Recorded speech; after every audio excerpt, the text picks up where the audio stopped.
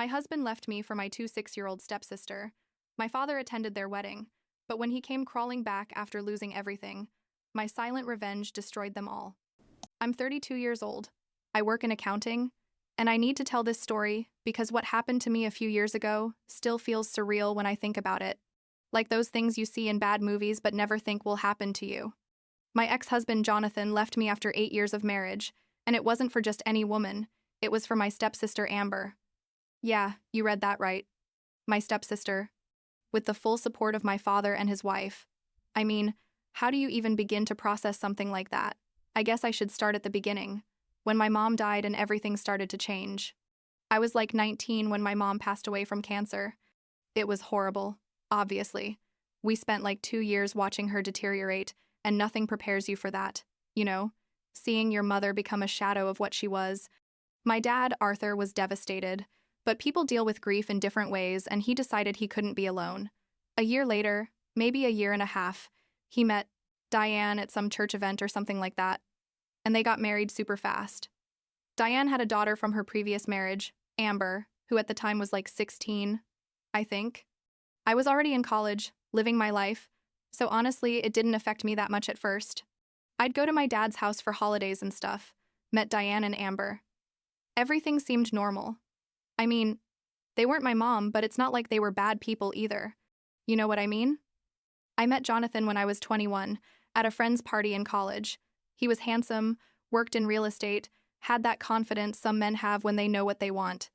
We got married when I was 23, and honestly, the first few years were good. Not perfect, because no marriage is, but we were happy. We had Natalie when I was 26, and 2 years later Cameron came along. 2 beautiful kids, a house in a quiet neighborhood. Jonathan was doing well. I worked part-time as an administrative assistant. Life was stable, let's say. The problem started when Amber was like 23 or 24. She'd come to our house a lot, which at first seemed normal to me because, you know, we were family. Or so we thought. But she started making weird comments about Jonathan, like, oh, your husband is so handsome, or you're so lucky to have a man who makes so much money, or things like that which technically aren't inappropriate but leave you with that uncomfortable feeling, you know? I'd mention it to Jonathan and he'd say I was exaggerating, that Amber was just naturally flirty, that she was like that with everyone. And maybe he was right at first. I don't know. But things kept escalating. One day, I was in the kitchen making dinner, and I heard Amber talking to Jonathan in the living room. The kids were playing outside and I had gone to get something. I don't remember what. When I heard her say to him, literally, Melissa doesn't appreciate you like she should. A man like you deserves someone who truly values everything you do. I stood there, with the plate in my hand thinking, what the hell did I just hear? I came out of the kitchen and confronted them. Well, confronted her. And Amber just laughed and said she was joking, that I had no sense of humor. Jonathan defended her, said I was being dramatic. That night we fought horribly. I went to my dad and Diane to tell them what was happening. I told them Amber was flirting with my husband, that I felt uncomfortable, that I needed them to talk to her. And you know what they told me? That I was jealous. That Amber was young and pretty, and it was natural for me to feel insecure, but I shouldn't project my marital problems onto her. Diane literally told me, if Jonathan feels attracted to another woman, maybe you should ask yourself why, as if it was my fault. My dad just nodded and said I should work on my marriage. I left that house feeling like I was losing my mind. Like, am I the crazy one here or what? Things at home got worse. Jonathan started coming home later from work, always had excuses. Supposedly, he was closing important deals or had to see properties after hours. I knew something was wrong, but I had no proof. Just that feeling in your stomach that tells you your life is falling apart. We fought all the time. About everything. About nothing. The kids started noticing it. Natalie was like 6 at the time, and she'd ask me why mommy and daddy yelled so much. That broke my heart more than anything else. Honestly, one day Jonathan came home, looked at me with this cold face I'd never seen on him, and said we need to talk. He sat on the living room couch, not even at the kitchen table where we usually talked about important things, and told me he wanted a divorce. Just like that. I don't want to be married to you anymore. Those were his exact words. I asked him if there was someone else, and he said that didn't matter, that he just didn't love me anymore, that things weren't working. I was crying. trying to understand what had happened to us, offering to go to therapy, whatever it took, and he just kept repeating no, that he'd already made his decision. He packed some things that same night and left. The kids were asleep, thank God, so they didn't see their father walk out of the house like it was the easiest thing in the world. The following weeks were a blur, honestly. Lawyers, papers, Jonathan sending messages about who got what, or me trying to keep a normal face in front of the kids, while inside I was dying. Cameron cried every night asking when Daddy was coming back. Natalie became quieter, more withdrawn. I didn't know what to tell them because I didn't understand what had happened myself. 3 months after the divorce. 3 damn months. I found out through a friend who saw something on Facebook that Jonathan had gotten married. To who? To Amber. My 6-year-old stepsister. I felt like someone had kicked me in the stomach and knocked all the air out of my lungs. I couldn't breathe. I literally had to sit on the kitchen floor because my legs wouldn't hold me up. Everything suddenly made sense. All those months of flirting, the comments, the frequent visits, Jonathan's late arrivals, everything. They had been cheating on me. They had made me feel crazy. They had gaslit me for months while the two of them were obviously having an affair. The worst part, what still hurts to this day, is that my dad and Deanne went to the wedding. They went to the damn wedding of my ex-husband to my stepsister. I sent them a message asking how they could do that to me, and my dad responded that Amber was happy, that Jonathan was a good man, that I should get over it and move on with my life. Diane sent me a long message saying that love was unpredictable and that I shouldn't hold a grudge against Amber for finding her happiness. As if Amber hadn't deliberately seduced my husband. As if they hadn't been cheating on me for who knows how long before the divorce. I stopped talking to my dad after that, blocked Diane and Amber from everything. It was like losing my family twice. First when my mom died and now when my dad chose his new family over me. The first few months as a single mother were brutal. Jonathan paid child support, but it was the minimum the judge ordered, like $800 a month for 2 kids, which basically wasn't enough for anything. I worked part-time, earning a pittance. We had to cut back on everything. The kids didn't understand why we couldn't do the things we used to do, like go out to eat or buy them the toys they asked for. I felt like a failure, like I wasn't being enough for them. One night, after putting the kids to bed, I sat at the kitchen table with a pile of bills I couldn't pay and thought, this can't be it. I can't stay like this, barely surviving, barely making ends meet. Depending on whatever Jonathan decides to give me, I needed to do something different. I'd always been good with numbers.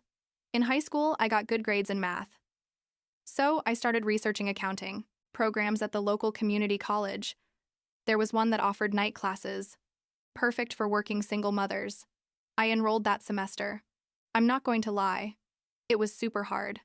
I worked from 8 to 3, picked up the kids from daycare and school, got home, made them dinner, helped them with homework, put them to bed, and then I had online classes from 8 to 10 at night, and after that I still had to do my own homework. I slept like 5 hours a night, if that.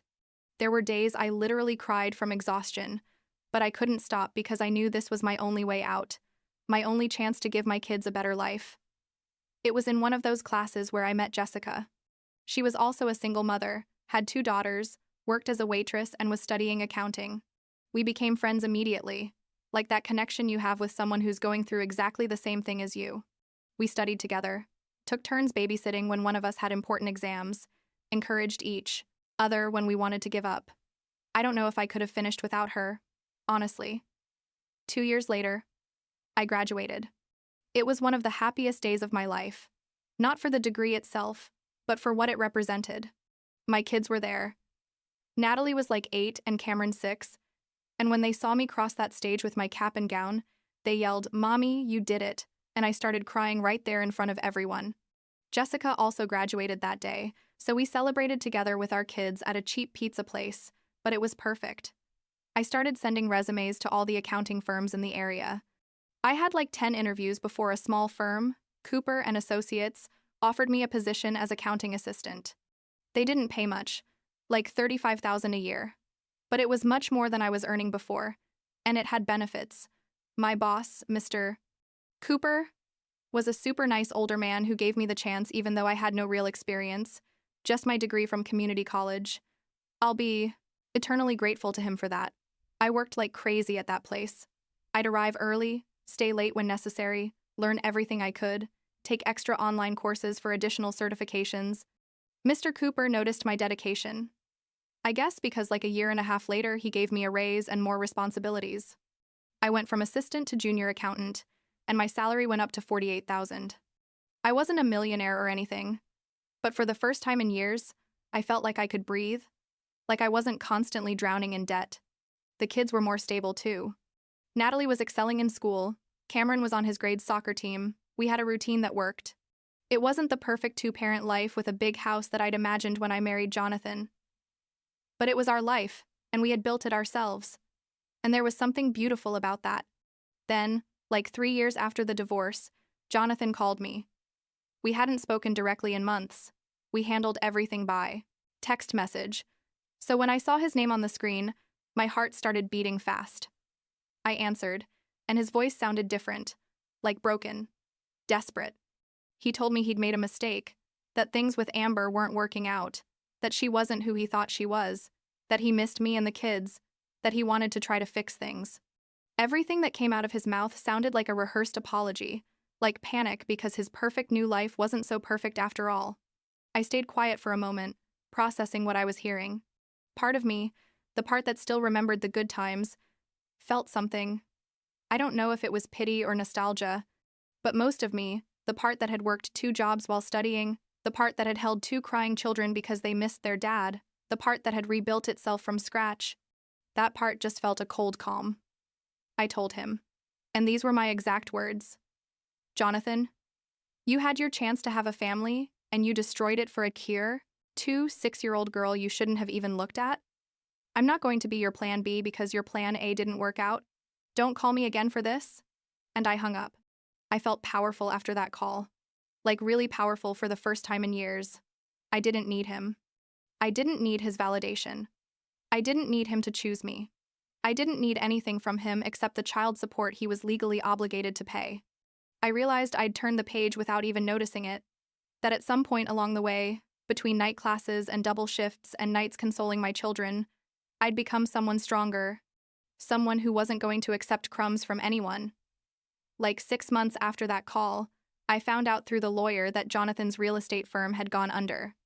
The economy was bad at that time, the housing market collapsed, and he lost everything. He sent me a legal message asking for a reduction in child support. My first instinct was to fight. Like, are you seriously going to try to pay me less when I've been supporting myself all this time? But my lawyer advised me differently. She told me that if I accepted a temporary reduction, we could negotiate that part of the money he wasn't paying now would go into an educational fund for the kids that he couldn't touch. So that's what we did. Jonathan agreed. For like a year, he paid less in monthly support, but put like $15,000 total into a fund that the kids can use for college. It wasn't ideal. I had to adjust the budget again, but at least something good was coming out of his failure. And honestly, by that point I was earning enough that I could handle it. I haven't spoken to my dad again. He sent me a message like a year ago saying that Amber and Jonathan had divorced, that he realized maybe he'd made mistakes, that he'd like to reconnect. I read it and left it unread. I don't know if I'll ever forgive him. Honestly, that's something I'm still processing. Diane sent me a friend request on Facebook last month and I declined it. I don't have space in my life for people who didn't support me when I needed them most. The kids see Jonathan every other weekend. He now lives in a small apartment, works for another real estate firm, makes much less than he used to. Natalie, who's now like 12, asked me recently if it was okay that she didn't want to spend as much time with Dad and his new girlfriend. Yeah, apparently he already has another girlfriend. I told her her feelings were valid, that she could make her own decisions about her relationships. Cameron is easier to please. He just wants to play video games, and as long as Jonathan lets him do that, he's happy. Like 3 months ago, I got another promotion at work. I'm now a senior accountant, and I make $62,000 a year. Mr. Cooper retired last year, and the new owners of the firm noticed my work. I have my own small team now, like 3 people who report to me, which still seems surreal. Sometimes I sit at my desk and think, teen about that woman who 5 years ago was crying over a pile of bills, not knowing how she was going to survive, and I can barely believe it's me. Last Saturday, I woke up with the kids jumping on my bed. Something they technically shouldn't do because they're too big for that now, but it was Saturday and we had no plans, so I let them. Cameron wanted to make pancakes, and Natalie wanted to watch that new Netflix show all her friends were watching. We went downstairs to the kitchen. Cameron helped me with the pancakes.